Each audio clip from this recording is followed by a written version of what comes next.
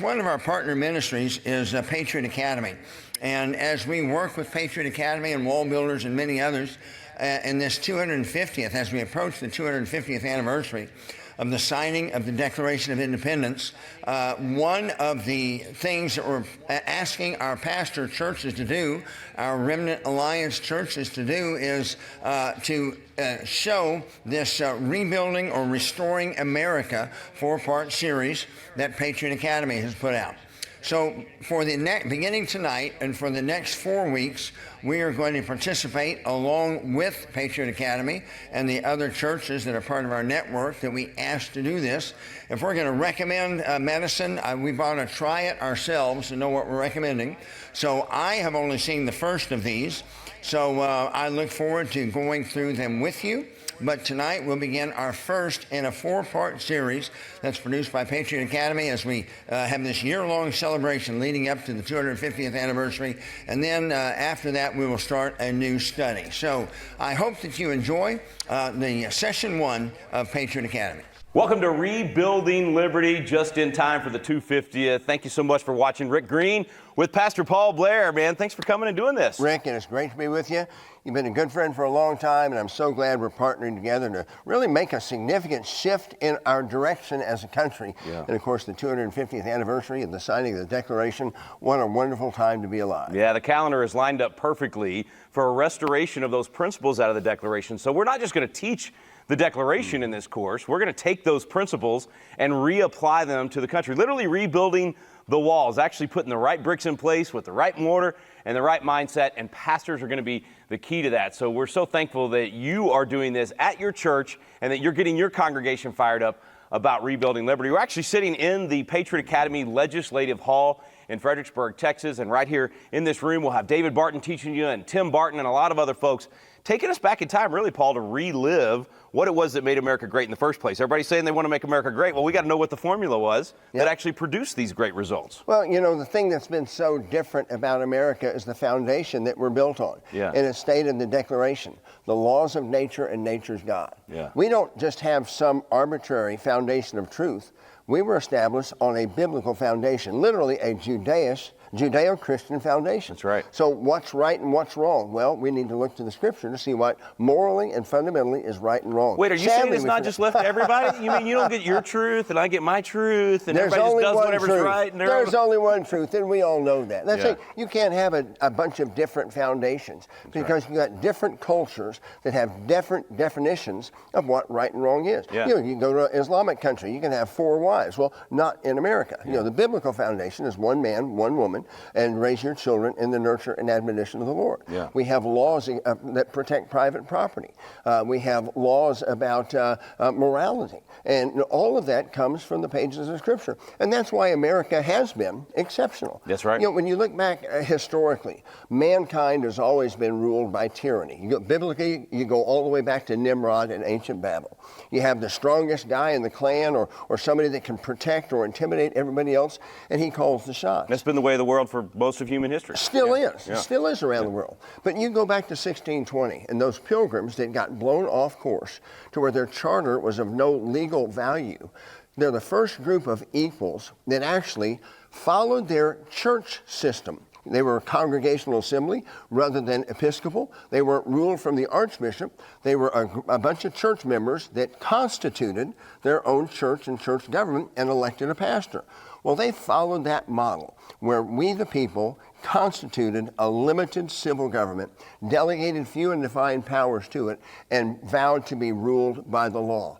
That system permeated all of New England. You had New Hampshire, you had Maine, you had Massachusetts, you had Connecticut, you had Rhode Island, you had Pennsylvania. The core of what became the United States was birthed out of the design of a local separatist congregational church. Yeah. And that is our constitutional system that we still enjoy. And that's biblical right there, right? Oh, leaders of tens, 50s, hundreds, thousands, choose out from among you leaders of tens, 50s, hundreds, and thousands. I mean, a Republican form of government is given to us right there in Exodus. And if you think about it, you know, King David, well, actually, when God was talking to Moses, long before Israel would ever ask for a king, God gave them instruction for what they should do when they did.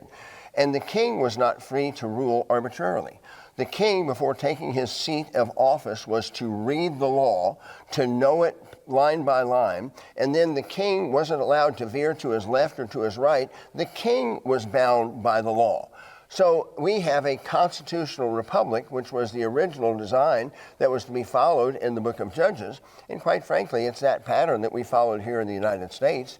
And when we followed it, it's worked great results. Splendidly well. Yeah, when you line up with the laws of nature, nature's God, blessings. Absolutely. When you go against the laws of nature, nature's God, curses. Doesn't take much to figure out that strong families make strong communities. Yeah. Strong families are made out of moral, God-fearing people. Strong people, strong families, strong communities, strong states. You have a strong union. Well, the only way that we can do that and line up with those laws of nature and nature's God is if we know what they are. Yep. So we have to, the truth will set you free, but you got to know what the truth is. And so that's really what this course is all about, is to give you a chance to educate yourself and your friends and family and others on what the principles are that make a great nation, and then how to take action on those things. Many of you watching this have probably been through our Biblical Citizenship in Modern America course. If you haven't, you can do that one after this one. But the idea of being a biblical citizen simply means, what's the Bible say about how to treat my neighbor? And then how do I do that under the American Constitution? And so in Rebuilding Liberty, we're going to give people a chance to do that. You're going to enjoy each week. And Paul, I think the magic happens when the video's over, after we get done talking, and they turn the video off and they sit around the living room or the church and they talk about, okay, how do we use this in our community? We want this to be a program of action, not just head knowledge. Well, it's very Jewish in its thinking too. The John 3:16 of Judaism is Deuteronomy 6:4. It's called the Shema. And that word Shema literally means to hear, and that's how it's translated. But if you look in your lexicon, it also means to obey. So the understanding is, once you hear what to do, it's expected that you're going to go out and put it into practice. Amen. So that's what this is all about. Don't just be hearers of the word, be doers. Absolutely, spot on. Amen. All right, folks, you're going to enjoy this. This will be week 1 of Rebuilding Liberty right here in the United States and in your community.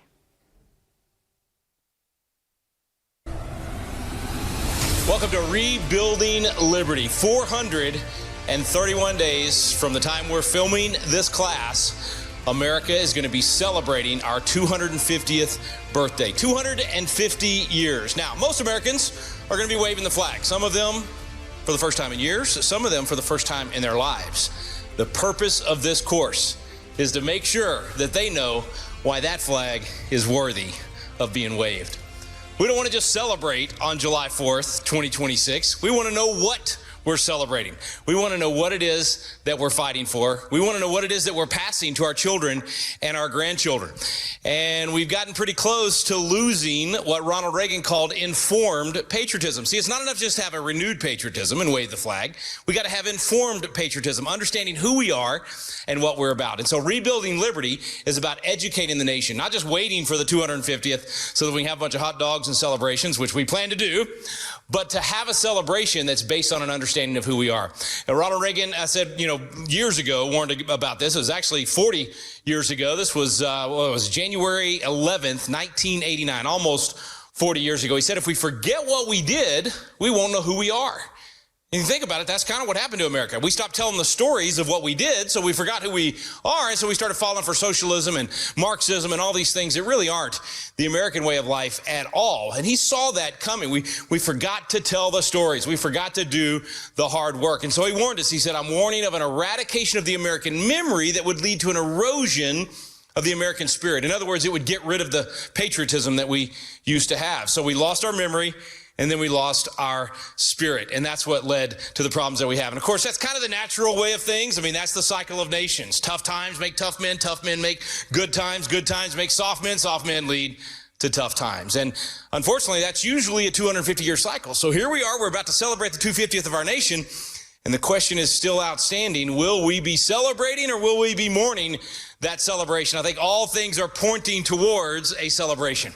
I think if we get this class in enough hands and people get educated about what we're celebrating and they act on that, then we will definitely be celebrating. If you look at what Reagan said to prevent this from happening, he said we got to start with some basics. We got to have more emphasis on history. So if we know our American history, that will help prevent this. But then he said something I really like. He said we need to have more civic ritual. If only there was some big date coming up, some major milestone in America's history. If only there was a document that we could celebrate and talk about, maybe like I don't know, a document that maybe would just kind of lay out the biblical principles of liberty, maybe talk about things like the Creator, maybe talk about truth, perhaps even talk about life, liberty.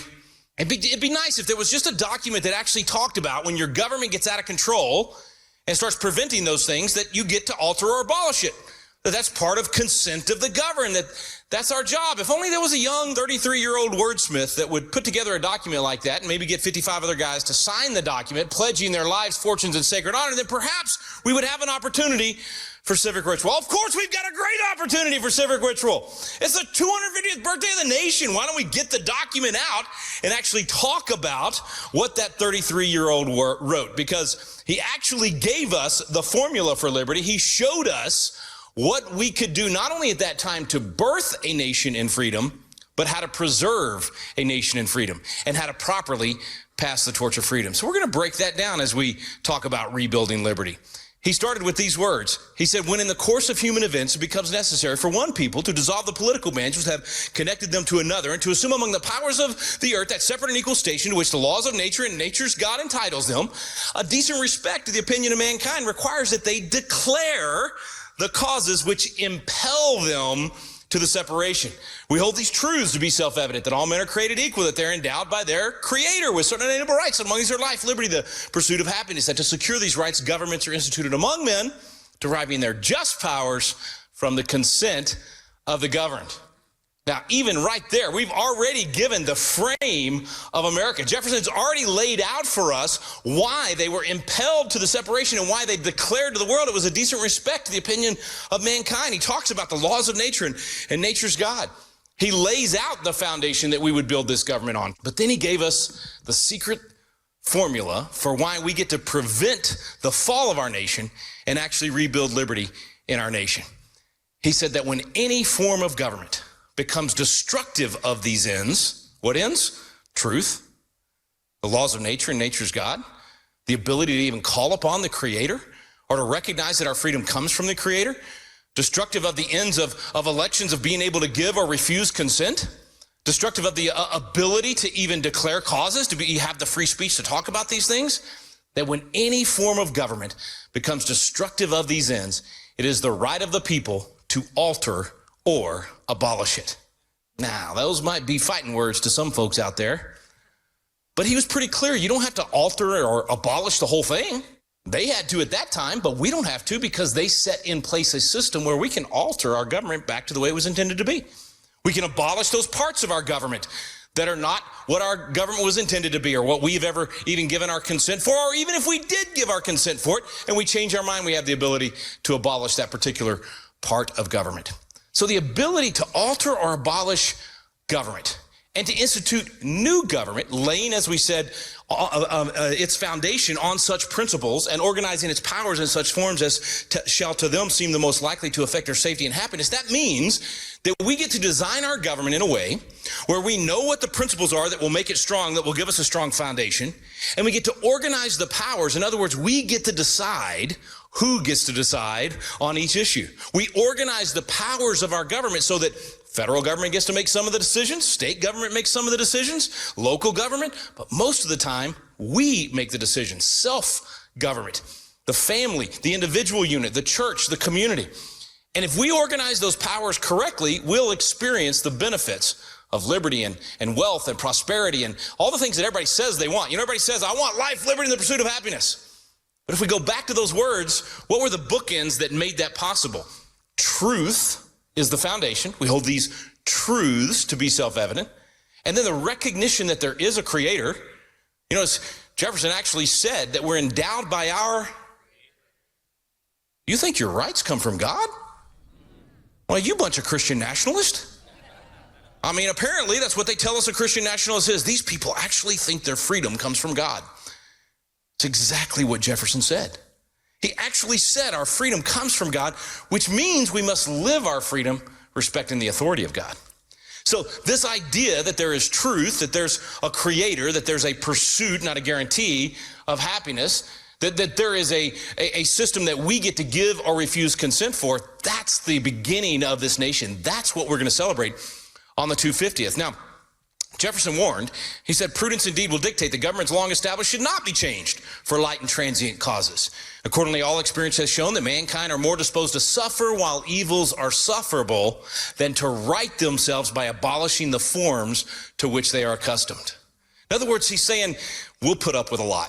You know, we'll experience a little bit of tyranny or a little bit of just harassment from a government agency or more taxes or more regulation or whatever, because we're just busy living our lives.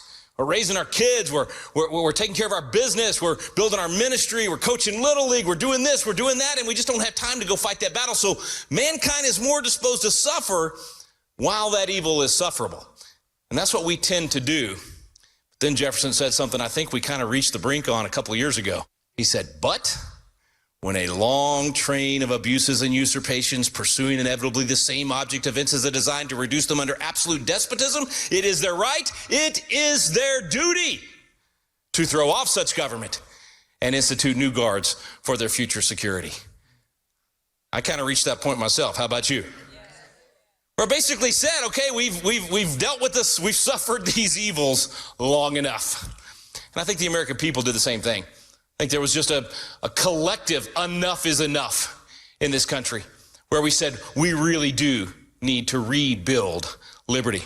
That it's time for us to actually think about what kind of society we want to live in. Because we had freedom for so long, you know, we got spoiled, right? We enjoyed it. We just kind of got lazy. We got fat and happy, right? And we're just enjoying all these things, and we weren't having to think about what are the inputs that actually produce the outputs that we want. Well, that's why I believe the 250th birthday of our nation gives us the chance to remind everyone what those inputs are. The semi-cinquentennial. I had to practice that in front of the mirror a lot this morning. I want you to be impressed because that was 7 syllables. Okay, for a country boy like me, they graduated in that half of the class that made the top half possible. Saying any word that is 7 syllables is quite impressive. Semi-quincentennial. Did I even say it right the first time? I think I said semi-cinquentennial. Anyway, semi-quincentennial is the right way to say it. You're going to hear that a lot over the next year. Maybe not me, since I'm going to mess it up most of the times that I say it. But the point is, we have a chance right now to rebuild liberty in this country in a way that I don't think we've ever seen in my lifetime. There's going to be a focus on this for the next 431 days as of tonight. A focus where people will listen to us as we talk about the right bricks to lay. You know, I've been fortunate enough to work with David and Tim Barton and Wall Builders for a couple of decades now, and the name of their organization is Wall Builders. And I thought for these last 2 decades we were rebuilding the walls. Turns out we've been in the 2nd chapter of Nehemiah convincing the king to let us go rebuild the walls. The American people, of course, being the king in America. And I think they're ready. I think like King Artaxerxes, they're saying, go rebuild. I think they're saying, we'll give you the support. We'll even come alongside you and help you build. And so what we're going to do with this course is teach people the right bricks to lay, the right mortar to use, and the right skills for how to rebuild that wall in our country, that foundation in our country in such a strong way that we don't just get a few golden years, we get several golden generations. That we're able to pass this intact to our children and our grandchildren. We're able to pass the torch of freedom so that it doesn't go out, but it actually burns even brighter. This is a window of opportunity like nothing we've ever had in my lifetime for sure. So I'm just going to paint the big picture for you real quick and then bring up our first special guest in our course. And in this kind of 30,000 feet view we're going to look at, we'll just kind of show you what the bricks are. In other words, what are the building blocks that are important for us to all be a part of building over the next year or so? And then how do we get other people to do the same thing? How can we be force multipliers so that this thing grows in a mighty way? Well, the number one brick that we start with, the number one building block is right there at the beginning, right there in the Declaration. We hold these truths. So we have to begin with truth. And that's the foundation upon which we will build. That's the principles upon which we will build the foundation. So we have to recognize there is a truth. You know, this whole moral relativism thing that took root about 60 years ago in this country. That's what led us down this road to where we don't even know what a woman is. We've gotten so confused about even basic biology. And the American people, again, have said, enough is enough. Let's get back to truth. Well, we have the truth. Now we got to spread the truth. We got to speak that truth and teach as many people as we possibly can about that truth. Second brick we're going to really spend a lot of time on is, of course, the Creator. The fact that God's not just in the equation. That's the only reason our equation works. And of course, we see references to this throughout our declaration that we'll be celebrating. Laws of nature, nature's God. The fact that all men are created equal. We're endowed by our Creator. So we'll spend time on that, and we'll talk about the importance of that and how we play that out. And then, of course, I already mentioned pursuit of happiness. That's a third brick. And that's the free enterprise system. It's so important for us to recognize free enterprise works. I mean, all you got to do is look in history. And every time that you move towards socialism, you destroy a country. It does not work. It has never worked. Socialism, Marxism, whatever ism name you want to give to it, it destroys a culture. And we've got to get back to having some faith and some belief in Adam Smith's invisible hand, the fact that all of us making individual decisions will produce a better result than some government control of our land or our products or our pricing or our labor or any of those things. Government should have nothing to do with any of those things. So we've got to restore that pursuit of happiness. Consent of the governed. We've got to equip ourselves once again to say, I'm in charge. So I got to be willing to give consent, and I got to be willing to refuse consent. I got to be willing to stand up and say no to government officials, and got to be willing to do the hard work that it takes to say yes.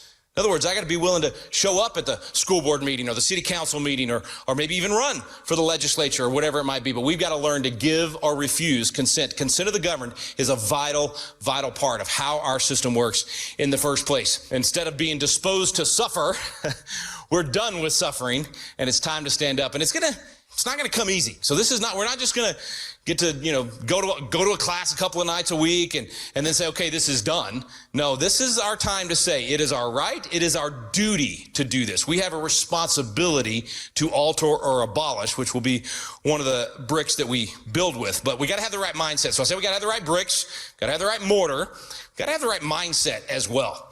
And building can be, a little risky.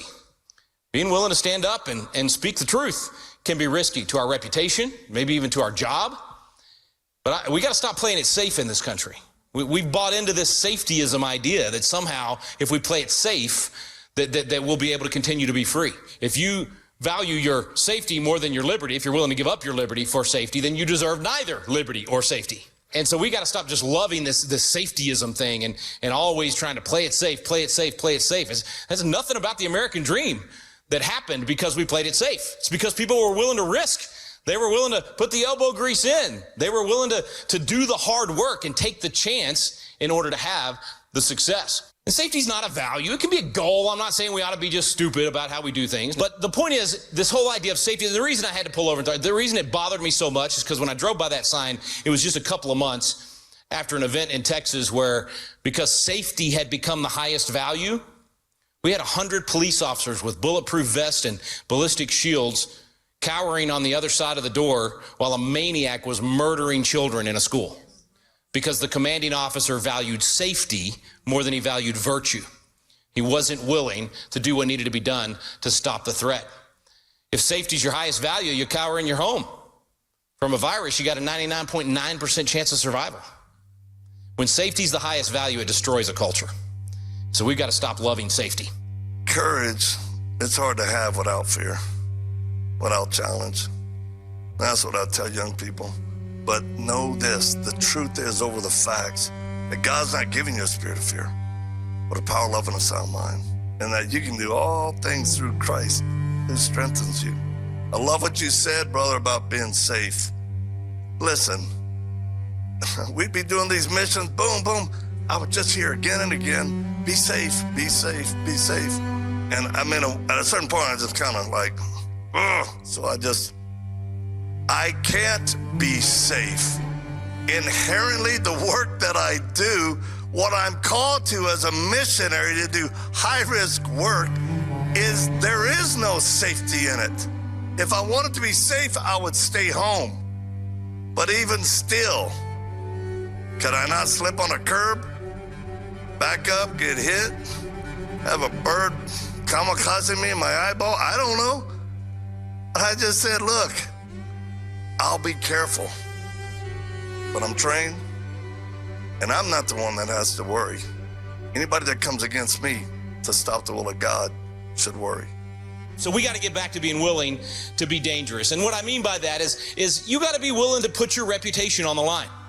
That's the kind of dangerous I'm talking about. You got to be willing to stand up in your community and give or refuse consent and no longer play it safe. Oh, I just want to be nice. I just want everybody to like me. It ain't going to work, folks. You're going to be passing tyranny to your children instead of passing liberty to your children. We got to be willing to be dangerous if we're going to save this country. All right, a couple more bricks and then we'll bring up our guest for tonight. Alter or abolish. I love those words in the Declaration of Independence. Again, as I said earlier, we don't have to abolish government completely, but we got to change our mindset to be willing to go against the status quo.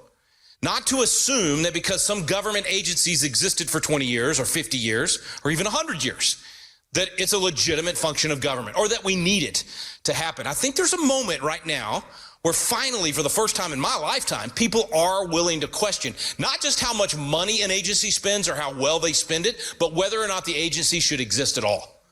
That's the kind of thinking we got to have. What is the proper role of government? Whether it's federal, state, whatever it might be. I mean, at the federal level, how about we abolish the Department of Education, or as I call it, the Department of Indoctrination?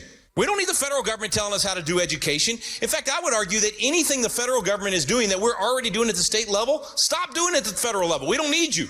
Department of Agriculture could go away. The Department of Meddling, which is otherwise known as the Department of Labor, violates the biblical, violates constitutional, violates any principle of liberty. The idea that the government's going to tell you how much you have to pay me to come mow your lawn or to work for you or to sell my time to you, and that I have to work for that amount. I can't work for less it's ridiculous. Let's get government out of the business of micromanaging our relationships. I definitely think we should get rid of the Center for Demented Confusion and Disease Creation. I mean, it's not constitutional in the first place. They've done nothing but mess up everything that they put their hands to. And at the local government, these land control freaks, you've heard the expression control freaks. These are land control freaks. They actually think they know better than you what to do with your land. It's got to stop, and we've bought this lie for too long. Again, you got to challenge the status quo and stop thinking that, that local government engineer is saving me from having my neighbor do something that I don't like. No, they're preventing you from living out your pursuit of happiness with your land. These things have got to change. We've got to abolish them. All right, I'm getting too far into the weeds for our first night. We'll do that a little later in the coming weeks. You already know this one. Free speech was nearly killed in this country over the last few years. Think about if they had, without the ability to have the Declaration declare the causes, to list those 27 grievances. That's free speech. That's the ability to say, this is what we're against, this is what we're for. We've got to have that kind of civil discourse. They literally submitted it to a candid world. I mean, these are the words from the Declaration of Independence that's beginning that concept, those rights of conscience being ingrained in us as a country. Petitioning for a redress, I mean, this is being involved. You've got to be willing to stand up and speak your mind. So we either have civil discourse or we have civil war. And I believe now we're finally veering back towards civil discourse. We were headed towards civil war in this country. And now we finally started embracing free speech. We've got people that are willing to sit down together that are very different. Let's have those conversations and talk about why we disagree. Okay, 2 more bricks. Life and liberty absolutely require blind equal justice. That's biblical justice. Biblical justice says neither Jew nor Greek, neither rich nor poor. Right? We don't treat people different in the courtroom because they belong to a particular political party or because they protested with a particular group. We should treat everybody the same under the law. That's a biblical idea of justice. It's the opposite of social justice. And so we have to get back to the biblical foundations of what made our country great. And that brick is absolutely essential for us to save the country. And boy, we could go through a lot of phrases in the Declaration with regard to this one. In fact, just a few of them. He's obstructed justice. He's combined with others to subject us to a jurisdiction foreign to our Constitution and unacknowledged by our laws. I mean, think about what they tried to do to submit our health care to international organizations over the last couple of years. They attempted to do exactly that. Submit us or subject us to a jurisdiction foreign to our Constitution and unacknowledged by our laws. Jefferson's so good. Listen to what he said. Giving his assent to their acts of pretended legislation. I mean, that's what it would have been had we allowed that to happen. Thankfully, it was stopped. But, depriving trial by jury. I mean, all of those examples in the Declaration of Independence, there's so many of them that have happened in just the last few years. The last brick, patriotism. This is such an important piece of what makes a nation strong. And like we said, it was dying. I mean, just like Reagan warned, it was dying in our country, and it's on the comeback. So we want to teach a patriotism that is informed.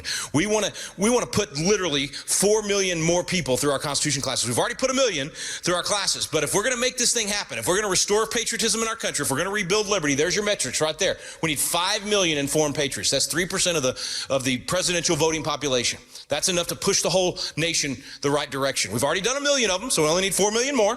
We need 100,000 Constitution coaches and hosts. That's people just like you inviting people over to your living room or your church or wherever it might be and doing this class. We've already got 30,175 of those. 10,000 candidates. We've already got hundreds and hundreds of candidates, people that have gone through our courses and now are serving in Congress. We got about a dozen that are serving in Congress that have been through our classes. We've got state legislatures all over the country. We got hundreds of school board members and city council members and county commissioners. We need 10,000.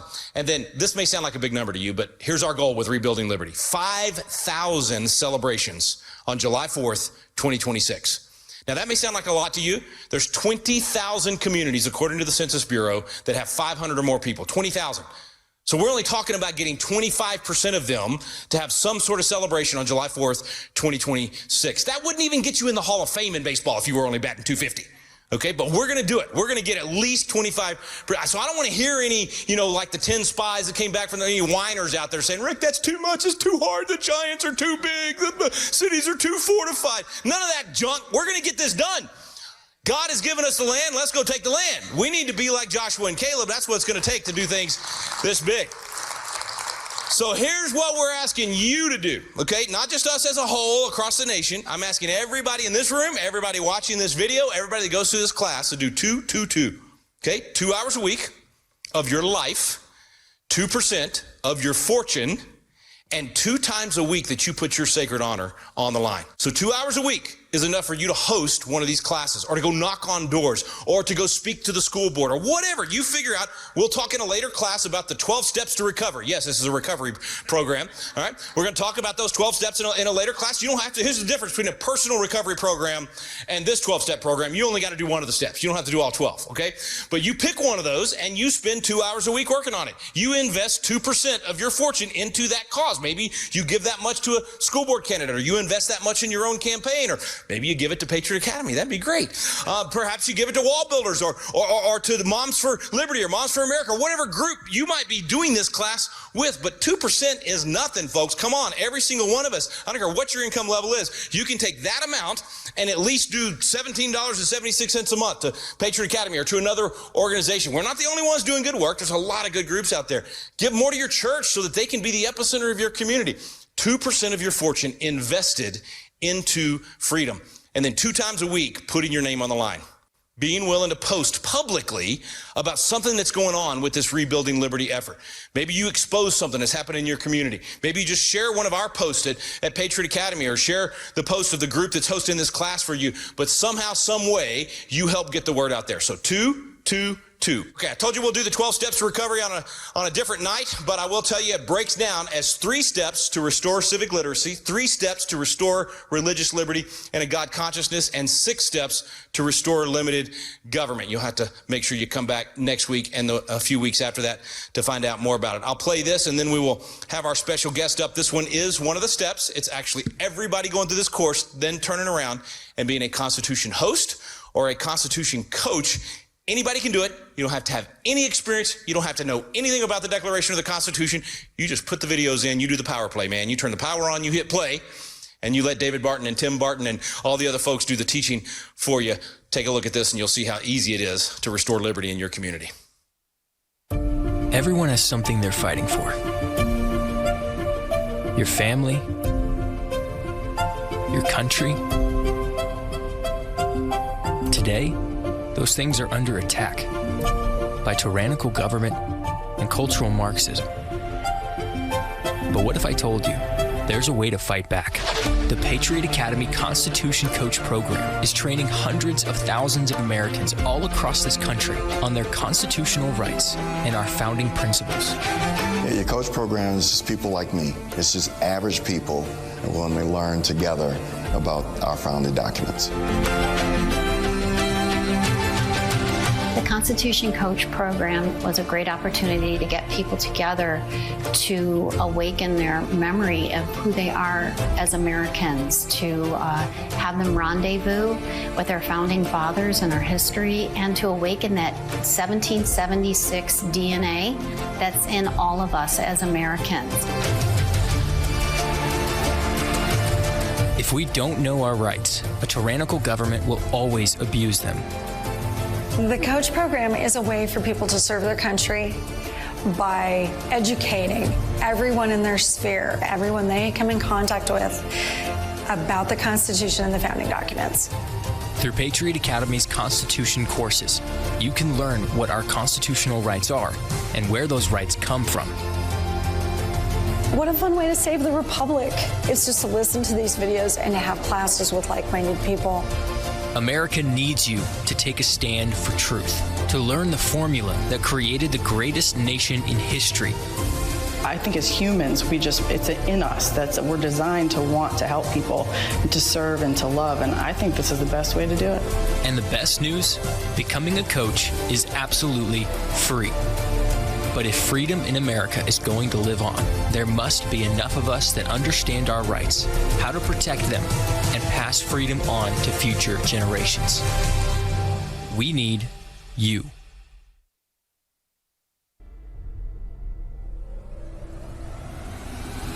Welcome back to Rebuilding Liberty. I am honored to have my pastor with us, Jimmy Pruitt from the Bridge Church in Fredericksburg. Hey, brother, thanks for coming on. It's exciting to be here. Man. It's a joy.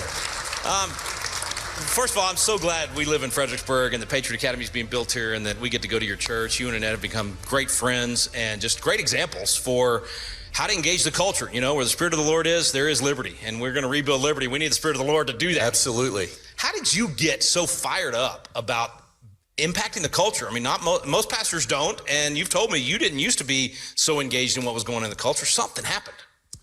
Yeah, I had an awakening, so to speak. It started with something called a pandemic, COVID, and that was really... I vaguely remember that happening. Yeah, anybody? Yeah. That was the shot over the bow. That was when I woke up and began to realize something's not right here. So 11 weeks in, we decided to regather. So we did the online thing just like everybody else, and then we made the announcement. But I told them, I said, there's 3 things you need to know coming into our church, and it is this. Number 1, I believe you're intelligent. Number 2, I believe you're informed.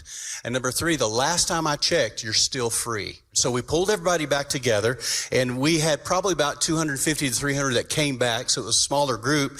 And we had said, no one can touch each other. No meet and greet, no hugging, no high fives. That's hard for church people, man. Well, it didn't go as planned. So everybody walks in the door, and it turned into a mosh pit. I mean, people were like... And me and my staff are on the platform going, we just had a major super spreader. I mean, this we're going to be written up, you know, we're going to make the news in the wrong way.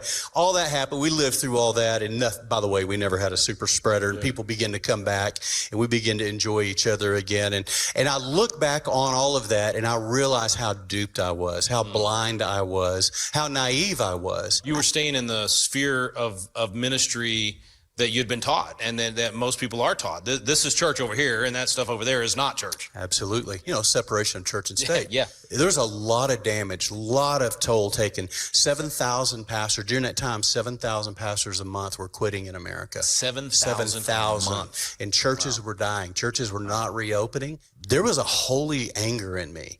And part of that was due to 2 things. I woke up, the scales fell off, and I realized I have a responsibility now to begin to speak into culture. And the way I say it is that we didn't chase politics. Politics showed up on our front door. Yeah. And now we have to give an answer. And there was something about learning about this and hearing about the Black Robe Regiment and learning about these pastors, these men who not only stood for freedom, but they ignited the fires of freedom and liberty and breaking away from tyranny. And I just thought, what kind of guy at my age, what do I want my legacy to be on the way out? That I was safe or that I was dangerous? Amen. And would you be the kind of pastor that Paul Revere would be writing to your house? I mean, you think about it. Why did he become so well known? He knew which doors to knock on. He knew Sam Adams and John Hancock were at the pastor's house. So are you that kind of pastor that is in the middle of the fight? And I wanted you to be on this course because there's pastors that are going to watch this that have been trying to decide, and there were Black Road Regiment pastors like John Peter Gabriel Muhlenberg that took off the robe, in the middle of his sermon and called his men to arms, who had a brother who was a pastor saying, don't do this, who would end up getting so involved later that he becomes the first Speaker of the House under the United States Constitution. And I feel like in many ways, you're like Frederick Augustus. You might not have been the guy that was involved 5 years ago, 10 years ago, but now you're so involved, you're at the forefront of it. And I think there's a lot of pastors that are going to watch this that needed to hear from a pastor like you to say, is it okay for me to engage in culture like this? What I realized is I was late to the party, but I'm here now. Yeah, which means it's not too late for you. That's right. If you're watching this. Sorry, That's go ahead. exactly right. So many people are in the church and they're seeing the propaganda on television. They're seeing confusing headlines and they're hearing things in their ears from neighbors and friends. And they say, oh, Christians, what do you stand on this? What do you stand on that? What happens is some Christians go to their pastors and pastors say, yeah, no, we don't deal with that there. Pastors and churches are the most trusted source for direction, for morality, for guidance. And so we believe, Rob and I and Turning Point Faith and Patriot Academy in this beautiful partnership, that we want to equip all of you to have those answers. And guess what? If you have questions, that's what this is all about. Yeah. You say, hey, I heard that the founding fathers were deists. Let's find out if that's true. That's right. So what I found out was that our people were just waiting on me. They were like, they were ready to go. And when I began to, I thought I was taking a chance, right? I preached a sermon called We Don't Lean, We Stand, and I listed 11 things we stand for. And the whole church stood up, and I'm like, what is going on here? I thought people would be bolting for the door. They weren't. They were standing up saying, we're standing too. We will fight too. I say it over and over that America doesn't have a political problem. We have a spiritual problem. We have a heart problem. And so my message to pastors is, get in the arena. Get it? Why did we sign up to do this anyway? Did we sign up to be saved? Did we say yes to Jesus because we thought it was going to be a great way to make a living and it's going to be glamorous and glorious and fun all the time? And no, we got into this because we said yes. Yeah. So I tell pastors, look, stop being afraid. You didn't sign up for this thing to be safe. You didn't sign up just so you could get the t-shirt or the collar or the degree. You signed up to make a difference, to be a change agent in the world, whatever the cost. That's what I hear from you right now. You're saying, absolutely, whatever the cost is, I'm going to stand up. I'm going to speak truth and let the chips fall where they may. Before we close this part, you started doing something that used to be a common practice in churches. Pastors would hit whatever the cultural issues were from the pulpit. So they would basically say, this stuff's going on. Here's what the Bible says about it, or here's how we should approach it as believers. And you've been taking, 3, 5, 10 minutes, whatever it is, at the beginning of each sermon to basically say, okay, look, here's what happened last week, guys. Here's how we need to look at it. That's very unusual today. How is I know I love it, and I hear people cheering at church. I mean, is your sense that if more pastors would do that, number one, their congregation would be better informed, but they would actually be coming to get a biblical perspective on what happened last week, and that's a healthy thing for us. Yeah, and that's the idea of having a biblical worldview. And so part of my responsibility as a teacher, pastor-teacher, is to equip the saints for the work of ministry, work of service, all the Ephesians 4 things. The responsibility in the pastors for the first 200 plus years, that's what they did. They equipped the saints. They taught them what was going on through the lens of the Bible, through the lens of Scripture. And as I began to study these pastors and what they did and how they ignited the fires of revolution and all that, then I realized I have a responsibility to do that. I can't just ignore what historically has been done, and I can't stand in front of my church and say, hey, we need to go fight the good fight, be salt and light, unless I also am doing that myself. What that requires of me, though, you got to do homework every week. I got to stay informed. Yeah, I have to know what's going on. I would rather get up and spend time to do that than not, and drive out of the parking lot thinking I failed my people because I did not give them a perspective from the Bible on a particular topic. Yeah, that's relevant to their lives. It is, and it's made it an ecclesia. I mean, it really has. That is, we in our first course, Biblical Citizenship in Modern America, Rob McCoy talks about that and the importance of a church being that. Aristotle said politics is the highest form of community. It combines morality with sociability. But you want to go biblical? Let's do that. Let's just bypass Aristotle. Let's go to Matthew 16:18. Jesus is with his disciples up at Caesarea Philippi at the headwaters of the Jordan. He turns to them, he says, who do men say that I am? They say, some say you're John the Baptist, others say you're Jeremiah. And Jesus says, yes, but who do you say that I am? And Peter says, you're the Christ, the Son of the living God. He says, blessed are you, Simon Bar-Jonah, for flesh and blood has not revealed this to you, but my Father in heaven. And this is where our Catholic brothers and sisters get the papal authority, but It goes really deep. He says, "Blessed are you, Simon Bar-Jonah, for flesh and blood has not revealed this to you, but my Father in heaven. Upon this rock, this testimony, I will build my..." Now they know. They know. See, I would have said church. Most people would say church. They said ecclesia. You would have said church, but this is what you call an educated ecclesia.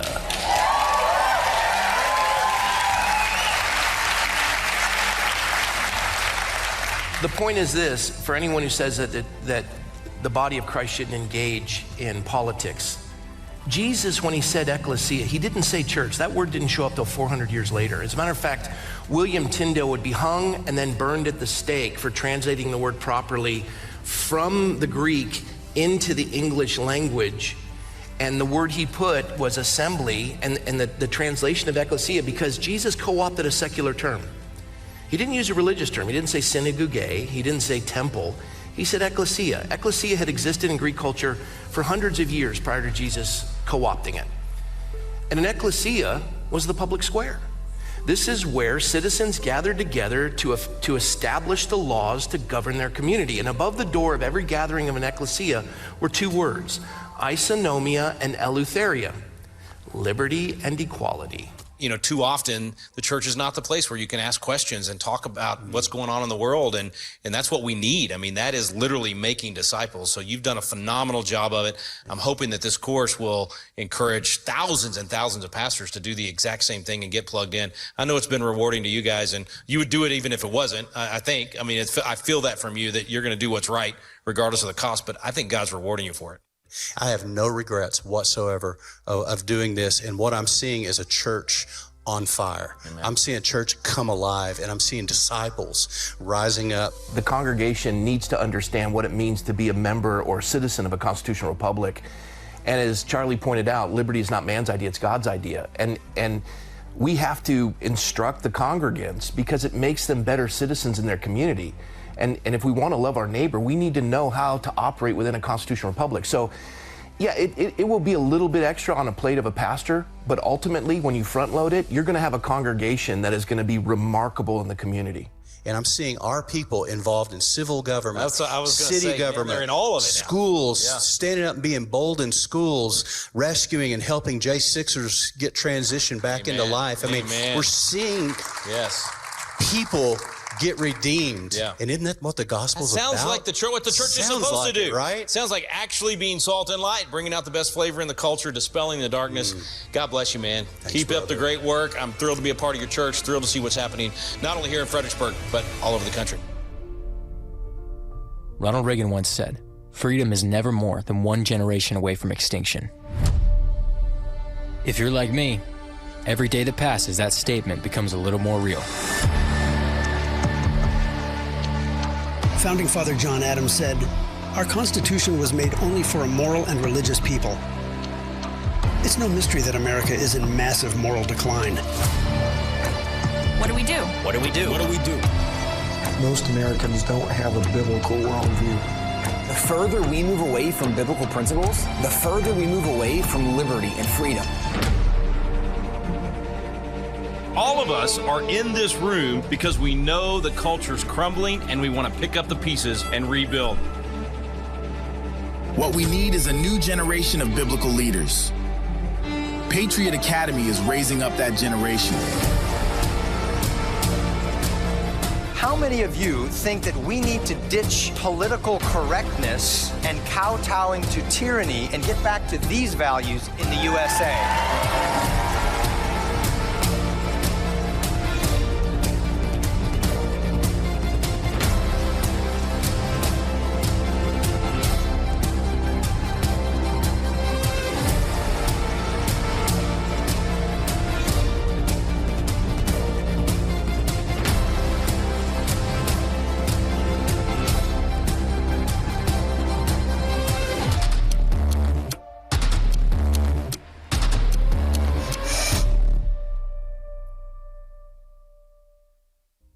This has been week 1 of Rebuilding Liberty. We got 3 more weeks to go. Some fantastic bricklayers joining us in the next few weeks. Pastor Jimmy, would you close out our week 1 with a prayer?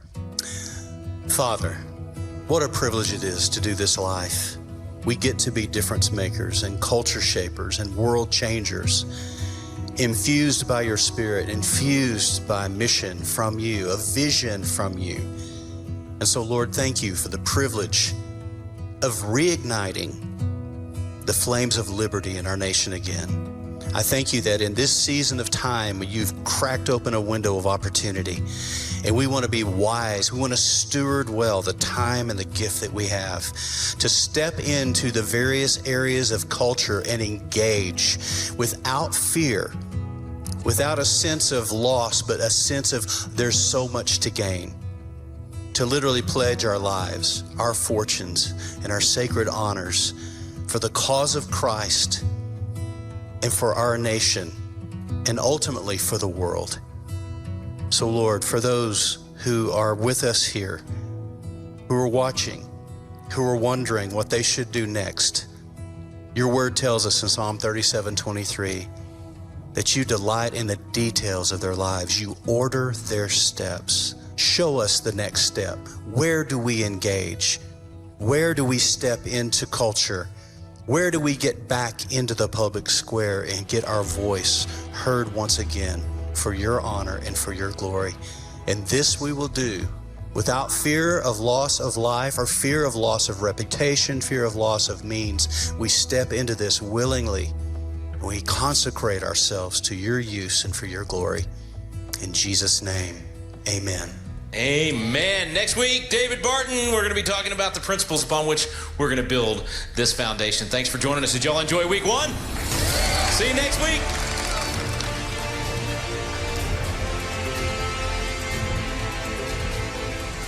Well, Jimmy Pruitt, who is Rick Green's pastor, was not engaged in preaching about proper civil government. And Jimmy Pruitt came to one of our Liberty Pastors training camps and was absolutely transformed, went back to his church. Very first sermon he preached was on the compartmentalization of Christianity, then worked through our series on biblical principles of civil government, and now you see that that church is a lighthouse in their community. We had a visit from a Florida pastor swing by the office yesterday. He is the head of the Turning Point Faith division of the entire state of Florida. He happens to be Alex Newman's pastor. We're going to have Alex here as a special guest in 2 weeks. His name is Seth Tweedale. Well, Seth was one of those pastors, as he shared me. He said, all I ever did, I thought we were only supposed to preach the gospel. I didn't recognize that Jesus was Lord in every area of life until he came to one of our Liberty Pastor training camps. He'd never heard of Turning Point Faith. Now he's Charlie's representative for all the state of Florida. So recognize that we are the Reverend John Witherspoons of this generation. We are a movement that won't be remembered for a couple of hundred years, but we're behind the scenes making a radical difference across the country. And what an outstanding, let me just close tonight with this, and this is a Bible study. Think of how spiritual the Declaration of Independence is. And understand, the Declaration of Independence was our statement of faith. It was our nation's birth certificate. The Constitution is like reading the operator's manual. God isn't referenced a lot in the Constitution, but God is all through our birth certificate, our reason for being. This paragraph, we hold these truths to be self-evident. Well, what truths are you talking about, Mr. Jefferson? Number 1, all men are created equal. They are endowed by their Creator with certain rights. Those are unalienable rights. Among these are the unalienable right to life. You may forfeit your life if you commit a capital crime, but your life can't be arbitrarily taken from you by an individual or a government. The right to liberty. You may forfeit your liberty if you commit a crime, but your liberty cannot just be taken away from you by any individual or any government. And the right to the pursuit of happiness. As Rick said, it's not the guarantee that you're going to have a successful business and a happy family, but you have the unalienable God-given right to enjoy all the blessings that God has for you. So you have the right to own property and pursue that. You have the right to own your own home, to own your own business, to raise your own family. And that to secure these rights, governments are instituted among men, not for building bridges and sewer systems, but to secure our unalienable God-given rights, deriving their just powers, not perverted powers, not unlimited powers, but deriving their just powers from the consent of the governed. And whenever any form of government becomes destructive to these ends, it is the right of the people to alter or to abolish it, and to institute new government, laying its foundation on such principles and organizing its powers in such form as to them shall seem most likely to affect their safety and happiness. Folks, that is a rich statement of biblical truth. And this is why America has been an exception.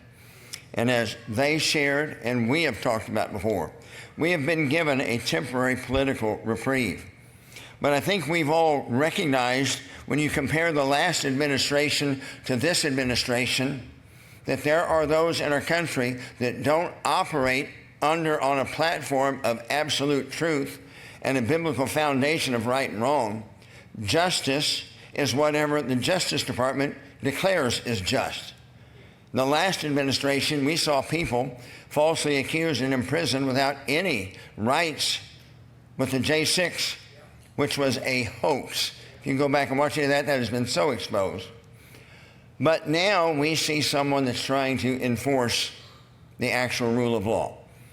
Folks, when you get away from that foundation of the laws of nature and nature's God, which is a biblical foundation, this thing is a train wreck. You know, you've heard me talk many times about states' rights, and that is correct. However, states should have stood up in 2016 when you had the Supreme Court declare that now marriage can be defined as anything. No, the Supreme Court has no authority to redefine what marriage is. God defined that.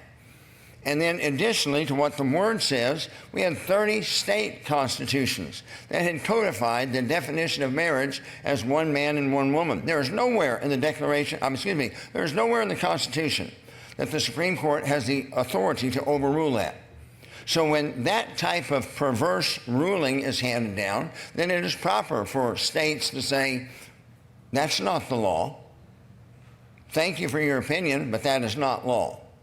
However, now, because we have abandoned that biblical foundation, we have states like California saying we're not going to enforce proper immigration, or we're not going to enforce any law that declares you cannot castrate and mutilate a child if we choose to indoctrinate them into such an existence.